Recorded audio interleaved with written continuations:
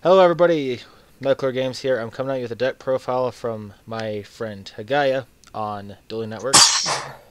That's him coughing right there. But this deck is a deck that he's been working around with for a little while to play against the meta. And I made a suggestion to him, but I don't know if he's actually going to decide to do the idea. But this is his deck so far. Pretty good deck, very tough son of a bitch to get over, and very annoying. And I'm just going to get into the profile, and he's going to explain his choices for the deck and why he did them.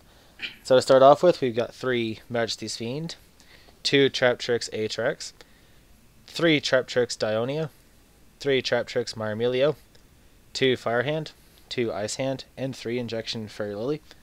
For spells, we have Regeki, Dark Hole, 2 Pot of Dualities, 3 MSTs, and 1 Snatch Steal, now the fact that it is actually legal to play. For traps, we've got Bottomless, Torrential, 2 Magic Cylinder, 3 Deep Prison, 1 Compulse, 3 Vanity's Emptiness, 2 Wiretap, and Solemn Warning. For extra deck, Dark Rebellion Xyz Dragon, Cairngorgon, I don't even know how to fucking pronounce that, but really good, can retarget cards that can be properly targeted, and then the appropriate effect happens to the card that you retarget it to. Black Ship of Corn, 2 101s, Heartland Jargo, Castell, Steel Swarm Roach, Evil Swarm Exodonite, Levival Chain, 2 Digisto Emerald, 1 Abyss Dweller, 1 Cowboy, 1 Ghost Trick Alucard. For the side deck, 3 Flying Sea. Flying Sea can actually kind of hurt multiple opponents, but can be really good against the Burning Abyss matchup. 3 Noblemen of Crossout. Great against Shadows. Amazing card against Shadows, actually, because they either set that Falco, the Dragon, Hedgehog. Just, nope, we're done with that shit. Yeah, definitely. So, Nobleman of Crossout just says a big fuck you to a lot of things. Prohibition, really great card. I mainly use Prohibition. Sorry, Chris, but I mainly use Prohibition to help, because I know a lot of things, people they'll see you playing Traptrix and be like, okay, we're gonna stop your rank 4 plays immediately. So Prohibition says screw you to basically anything that they try to throw out to stop you. Yep, because this is something that you can side into. So yep, or you can Prohibition, call out Cleafort Scout, Shadow Winda, and Prohibition's just a big fuck you to a lot of decks as well. Fairy it's Wind, an answer to everything, basically. Yep.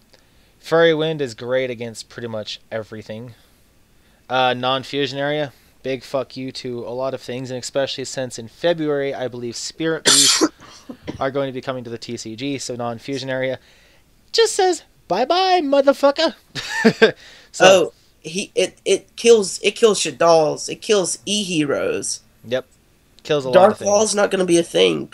Non-fusion area, GG. Yep. Dark Law. I mean, you can't do anything. I mean, what's the point? And Ritual Beast, nope. Fluffles, yep, you've got Shadows, nope. Fluffles, nope. Lot of good decks can really be hurt by non-fusion area. Super Poly is gone, so you don't really have to worry about too many fusion decks being that strong, but a lot of decks are getting fusion support, so non-fusion area, great card. Anyway, Keith, why do you run Majesty's Fiend? Oh, well, Majesty's Fiend just says screw you to everything. Any monster effects? Try to do that. Not going to have a good time. But why Atrax? Well, Atrax, for one, you might actually have that opponent that they might actually try to counter stuff. They might have some kind of crazy stuff to, counter your stuff. And it's always good to just get your cards, especially your normal spells, safely in. Because you never know. You just never know. There are some noobs out there that would trap jammer or it's like 7 tools. It's like dark bribe. Like, you want to dark bribe me? Yeah, no. Atrax says you can't do that. Which Keith is really why I would say to swap out the 2 wiretaps, because you've got defense there against a lot of trap cards. And I already did. I actually did put in the Oh, so you swap these out for time two time space space trap trap holes. holes. Okay, Yeah. so ditch the wiretap for the 2 time space. Yep. All in all, time space trap hole is, in my opinion, a much better card. Because time space trap hole really can just screw over a lot of things. Your opponent wants to make window. Yeah, we'll just bounce that back. There it is. I was like, where the fuck is it? So, that's... I was noticing that when he first sent me the deck list, I was like, you don't have much searchability out of Meyer Emilio. Well, put those in, you can search those, and you can search bottomless.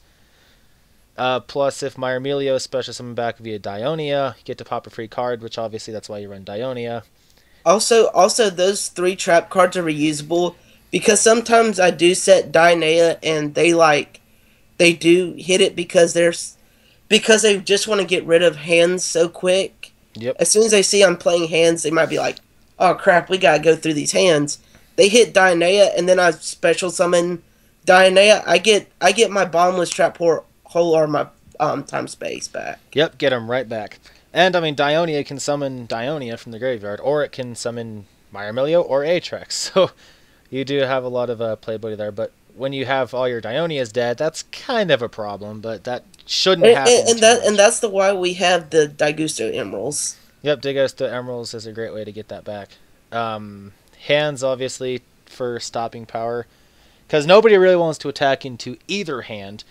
Because, like, you're going up against meta, you know, Shadow Window attacks into Fire Hand, you pop their window, they're like, sad face, start crying and shit in the middle of the fucking field. Ice Hand, you're playing against something, you know, you're playing against someone, you know, that Cleafort plays Scout, attacks in an Ice Hand, pop their Scout, no more searching for you, buddy. Or, you know, destroy Cleafort Quip. Well, I mean, that Clip card or whatever that they use. Just get rid of that. And, by all means, why the Fairy Lily? Fairy Lily is just too good. I mean, it gets over everything. I mean, put this thing in a Black Garden deck, and you will see your opponents rage just like... Because there's, like, nothing they can get over it with. Yeah, exactly. If you play Black Garden and Injection Fairy Lily, they are just done. There is nothing they're going to do. They can't make anything worth a shit. They can't get over it in attack points by any means. So Injection Fairy Lily is just quite nice. Normal summon Fairy Lily, activate it. But if you're gonna make an Injection Fairy Lily deck, make sure you have a lot of life points, just to be on the safe side. The funny thing about Lily is that if you set it while you're playing hands, they're probably not going to attack to it because you're just bluffing out the hands. Yeah, and then you're gonna attack. Well, they're gonna attack into it.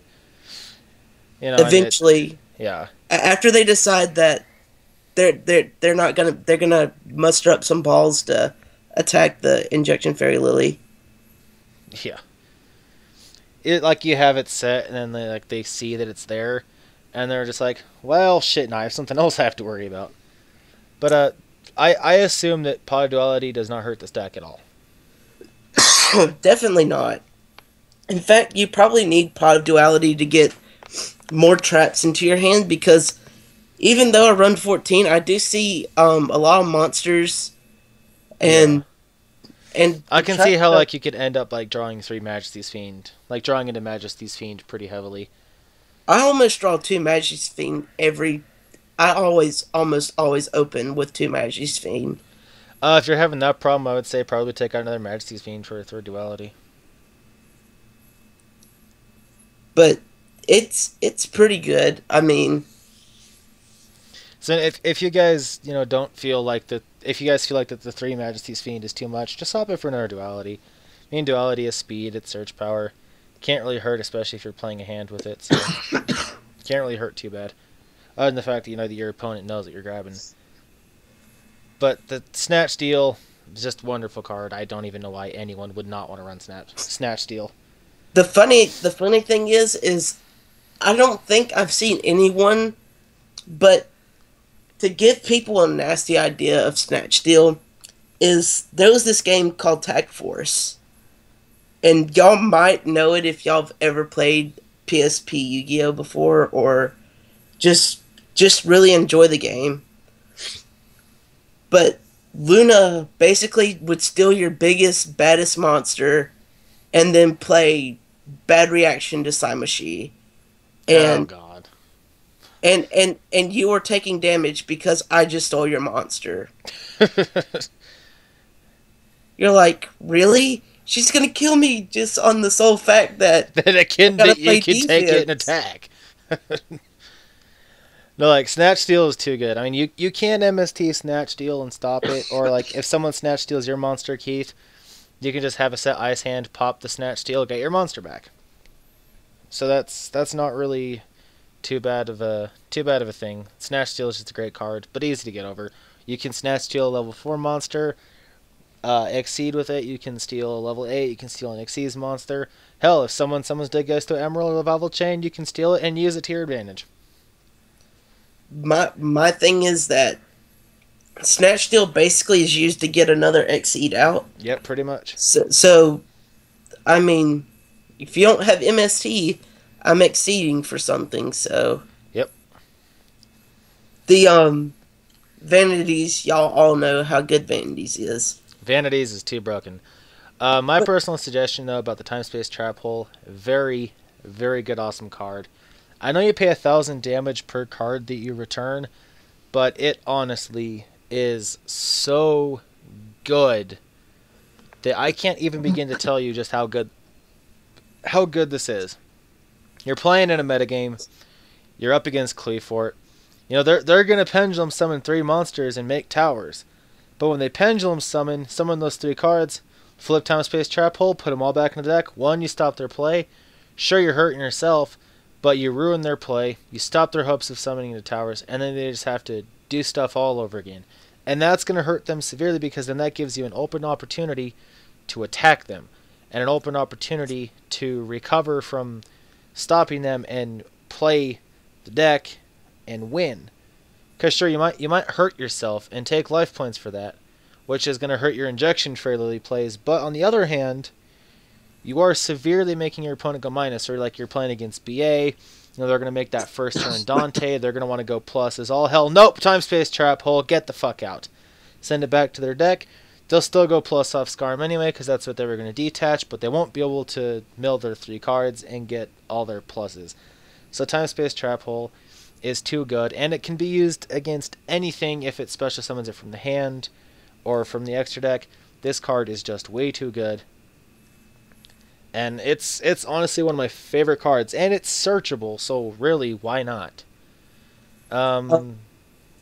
We probably need to talk about Magic Cylinder because Yes. Why don't you explain why you have Magic Cylinder in such a deck? Well, by the way, Magic Cylinder is #tubes. It will always be tubes. If you attack into tubes, you usually lose. And basically the reason why tubes is in here, aka Magic Cylinder, basically this deck, sometimes it won't, it kind of needs that extra push of damage just to win games. Yeah. And so, and a lot of people, they see Magic Fiend, they said, oh, I gotta do something about this thing. I gotta synchro summon, I gotta do something to get this thing off the field. So you know that you're going to easily get a 2400 attack. They're taking 24 to X out plus damage, X plus damage. Yeah. Off of Magic Cylinder because they literally have to get rid of Magic Fiend. Otherwise, decks just die to it. Yeah.